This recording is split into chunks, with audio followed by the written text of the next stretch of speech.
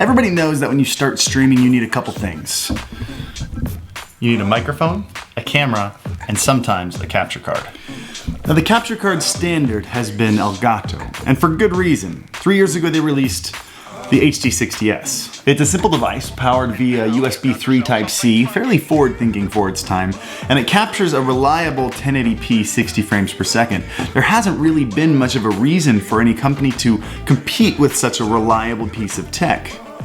Well, unless maybe now there is. This morning, Razer entered the capture card realm and released the Ripsaw HD. It's very similar to the HD60S, with an HDMI in and out, a USB 3.0 Type-C, a line in port, but with one pretty important addition. Because you see, since the release of the HD60S, all consoles have been equipped with 4K graphics. And while the HD60S only captures 1080p, some of you might say, well, it doesn't matter, Twitch doesn't even support streaming in 4K anyway, so why do you need a capture card that streams in 4K? But if you'd like to capture your gameplay and still game in 4K, you're kind of SOL with this guy. You're limited with this card because it only allows for 1080p pass-through. And what that means is while you might have a 4K input going in, you're only gonna get a 1080p output going out to your monitor. So if you want to stream and also game in 4K at the same time, you got a couple options. You can either pick up a 4K HDMI splitter, which I found on Amazon for an added $50, or you can pick up one of Elgato's massive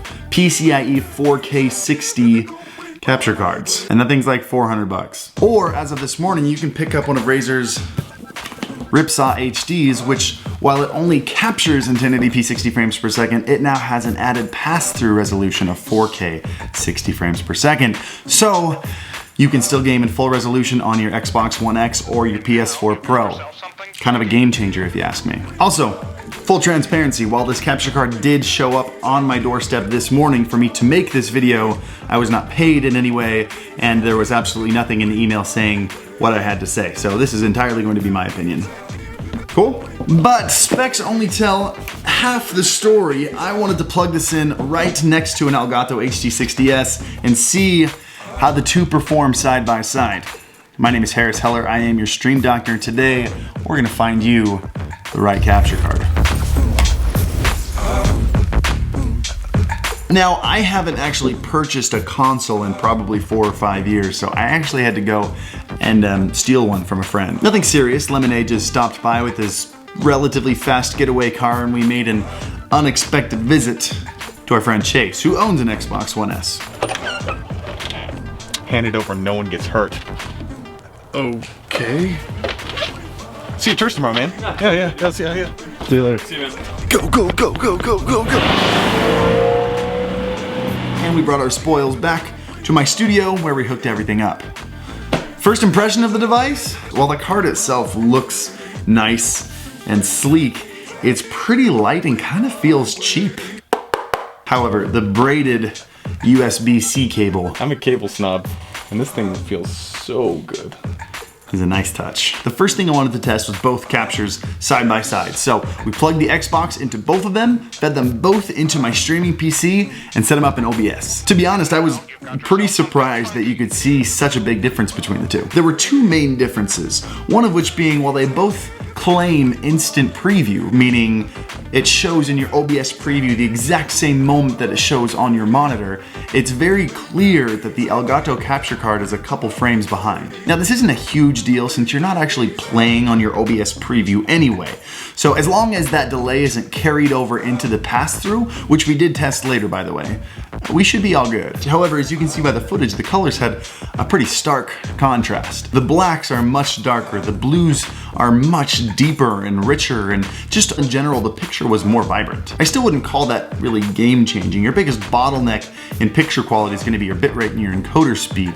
So that slight change in color is gonna go pretty much unnoticed after it passes through that. But I do think it's an important note just pertaining to the quality of the device overall. We ran a couple more tests. Like I mentioned before, I wanted to see if there was any latency on the pass-through of either of these devices, especially on the Elgato, since it showed that the instant preview did have a couple frames of latency there. So we took an HDMI splitter and we split the Xbox signal. One of them went directly into a monitor, the other one went into the capture card first and then passed through to another monitor. Cable management is for suckers. Both monitors, by the way, being 100 milliseconds in response time, so no variable there. We did this with both cards and then we filmed the screens at 120 frames per second.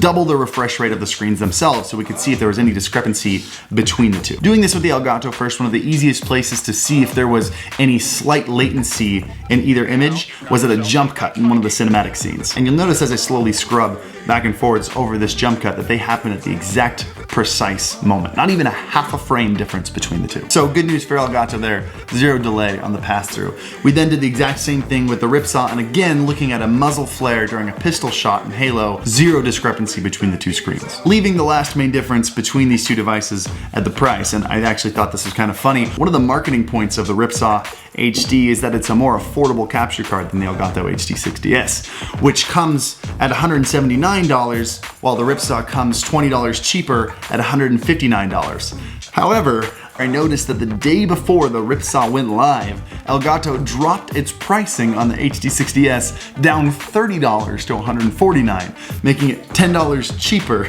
than the Ripsaw. Well played, Elgato. Well played. As for my final recommendation, I'm sure you can figure out what I'm about to say here. I'm a huge fan of Elgato. I use a ton of their capture cards and devices, and I suggest a ton of their products in my YouTube videos. But if you're looking for an external capture card, I think they've just been one-upped. As they should be. The Ripsaw is competing with a 3-year-old product. If it didn't beat it, I think it would say more about Razer than it would about Elgato. The fact that this device has held its own for 3 years and is just now finally being passed up is very impressive. And it's about time. And this is good news for everybody. More competition means better products and lower prices, and the capture card industry hasn't really taken any steps forward in years. Really, the only thing we have yet to see with this new device is its reliability, and because it only had it for a day, wasn't really able to test that. But if you do have any questions about the device, or you just want to come in and talk about other streaming products, I do stream every Monday, Wednesday, Friday evening, and sometimes Saturday morning, so feel free to visit me on Twitch. Link in the description below. Also, we have an amazing Discord with certain text channels about this kind of topic. So feel free to join the Discord. Again, link to that below as well. But I hope this was helpful. I hope you learned something. And as always, happy streaming. It's from Halo. No, it's definitely not. That's Cortana. She's the chick with the boobs. In Halo 4, she most definitely is. You showed me her. Like, you've shown me how her body changed each game.